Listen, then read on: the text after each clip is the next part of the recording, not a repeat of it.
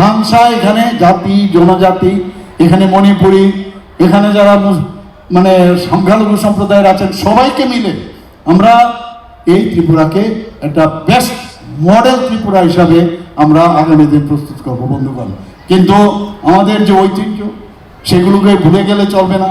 আমাদের যে সৃজনশীলতা, আমরা সেই সব বিষয়ে কিন্তু সারা ভারতবর্ষের মধ্যে আমরা আতিথেয়তা, আমরা সব কিছুতে কিন্তু সব কিছু আছে আমাদের মধ্যে। আমাদের নারীরা বিশেষ করে অত্যন্ত কঠোর পরিশ্রমী। আমরা নিজেরা আমাদের ফ্যামিলিতে আমরা দেখি, আমরা কিন্তু অবহেলা করার একটা চেষ্টা করি। কিন্তু আমি আপনি সবাইয়ের কাছে বলবো, একটু সম্মান, একটু মানে ওনাদের প্রতি কিছুটা হাত যদি আমরা সবাই মিলে প্রতিটা ঘরে যদি হাত বাড়িয়ে দেই, তাহলে জীবনের মান এবং সব দিক দিয়ে আমাদের আর্থসামাজিক উন্নয়ন, আমাদের ত্রিপুরা রাজ্যের উন্নয়ন হবে। আজকে এই বছর সরস মেলায় আমার কাছে যে কাগজ আছে, সেখানে দেখলাম প্রায় 411টি স্টল এখানে তৈরি করা হয়েছে, যার মধ্যে 372টি ত্রিপুরার যে স্বসহায়ক দল মহিলা তাদেরকে দেওয়া হয়েছে। 10টি স্টল বাইরের রাজ্যের যারা স্বসহায়ক দল তারাও এসছেন, এবং 28টি স্টল বিভিন্ন দপ্তরও আছে আমাদের ত্রিপুরা, আমাদের সরকারের যে বিভিন্ন লাইন ডিপার্টমেন্ট তাদের জন্য স্টল বন্টন করা হয়েছে। এখানে আমার কাছে যে কাগজে লেখানো হয়েছে, যে বাঁশের কারুকার্য করা পণ্য এখানে আছে, কৃষজ পণ্য এখানে আছে, হাতে তৈরি বিউটি শপ, আমরা তো some extent we have seen, এখানে মাটির যে পণ্য, উলের তৈরি পণ্য, এত সুন্দর আমাদের কাছে এখানে উলের তৈরি করা, খুব সম্ভব একটা আমাদেরকে যে ফুলের পরিবর্তে আমাদের স্বাগত জানিয়েছে, গত বছরও দিয়েছে। এবার উলের কিনা আমি বলতে পারছি না, কিন্তু মানে it is artificial, very nicely they have made. এখানে জনজাতি যারা হস্ততাঁত যাদের পণ্য সেগুলো আছে, জ্যাম, জেলি, আচার, বিভিন্ন যে প্রসেস করে যে খাদ্য সামগ্রী এবং খেলনা। মাননীয় প্রধানমন্ত্রীজি এটার উপর খুব জোর দিয়েছেন। আগে ডল আমরা নিয়ে আসতাম সে চাইনার থেকে, কেন বাইরের থেকে আমরা ডল আনবো? আমরা কেন এই ডল এবং হাজার হাজার মানে মার্কিন ডলার আমাদের অন্য দেশে দিতে হয়, আমরা কেন বানানো? আমি প্রায়শই দেখি যখন এই ধরনের যখন মেলা হয়, সেখানে আমি দেখি তার কোয়ালিটিটা কীরকম। আমি যারা দক্ষতার মানে ট্রেনিং দেওয়ার যাতে যুক্ত, স্কিল ডেভেলপমেন্ট, তাদেরকে আমি বলি একদম ফাইন থেকে ফাইনেস্ট আরও যত ওনাদেরকে পয়সা লাগে আমাদের সরকার ব্যাংকের মাধ্যমে আমরা দেব, যাতে কোনো জায়গায় ঘাটতি না থাকে, একদম ফিনিশিং এত সুন্দর হবে, তাহলে এই ডলগুলো আমরা কম্পেয়ার করতে পারবো। গণেশ পুজো আপনারা চিন্তা করুন, গণেশ পুজোতে গণেশ ডল চাইনার থেকে আনে, অদ্ভুত। আমাদের গণেশ কিনে নিয়ে গেছে চাইনা। তো গণেশ মূর্তি গণেশের ঘরের ভিতর রাখে। আমাদের যারা এখানে যারা এইসব বিষয়ে আরও ট্রেনিং নিচ্ছেন মায়েরা বোনেরা, তাদেরকে বলবো এই বিশেষগুলো জিনিসগুলো আপনারা দেখবেন। বায়ো ফার্টিলাইজারের এখানে স্টল করা হয়েছে, এবং পশু খাদ্য। এই যে আমাদের এসএসজি গ্রুপ মায়েরা আছেন, তাদেরকে কিন্তু খালি জিনিস বানানোর জন্য যে অনেকে আছে মানে পশুপালনের দিকে আছেন, শুয়োর ইত্যাদি বিভিন্ন যেসব গবাদি পশু আছে, গরু ইত্যাদি, তাদের সাথে কিন্তু যুক্ত। এখানেও কিন্তু এসএসজির বিরাট একটা রোল আছে, এতে করে আমরা দুগ্ধ বেশি পাচ্ছি।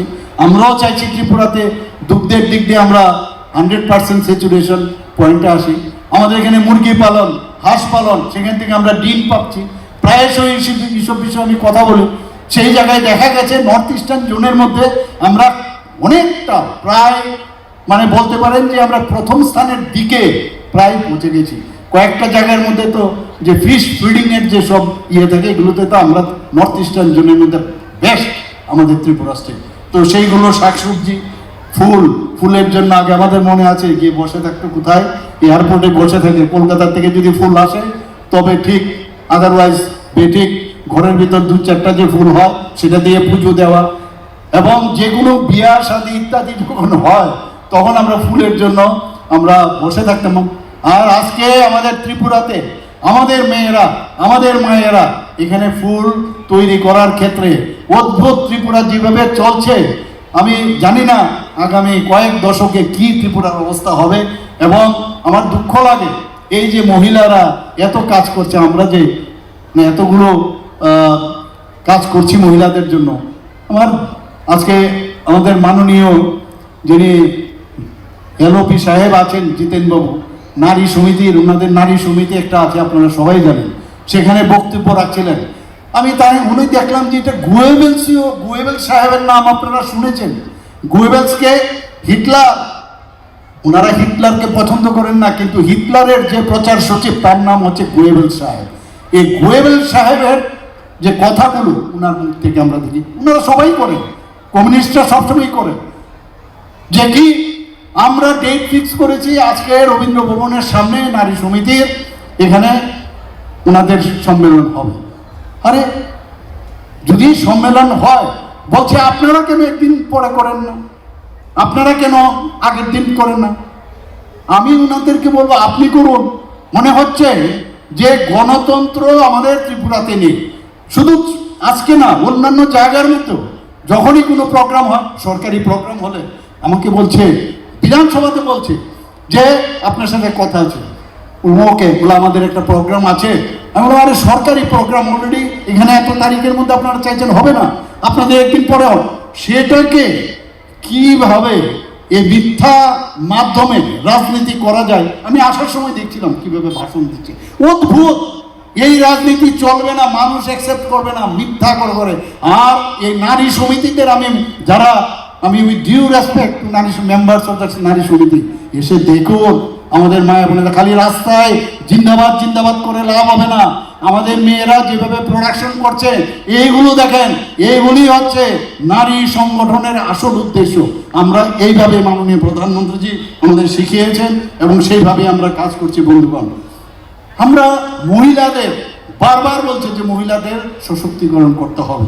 আমরা দেখেছি প্রাচীনকালেও মাতৃতান্ত্রিক দেশ ছিল আমাদের ভারতবর্ষ, সেখানে এবং মর্যাদাপূর্ণ। সেখানে কি হতো, ধর্মগ্রন্থেও যদি আমরা দেখি সেখানে নারীদের শক্তির প্রতীক হিসাবে কিন্তু চিহ্নিত করা হতো।